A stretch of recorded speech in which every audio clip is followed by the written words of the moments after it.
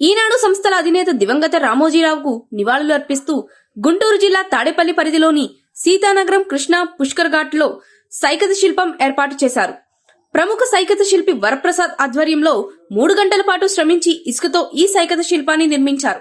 కృష్ణానది పుష్కర్ ఘాట్ లో ఈ శిల్పాన్ని ఏర్పాటు చేయడంతో స్థానికులు అక్కడికి చేరుకుని ఆసక్తిగా తిలకిస్తున్నారు.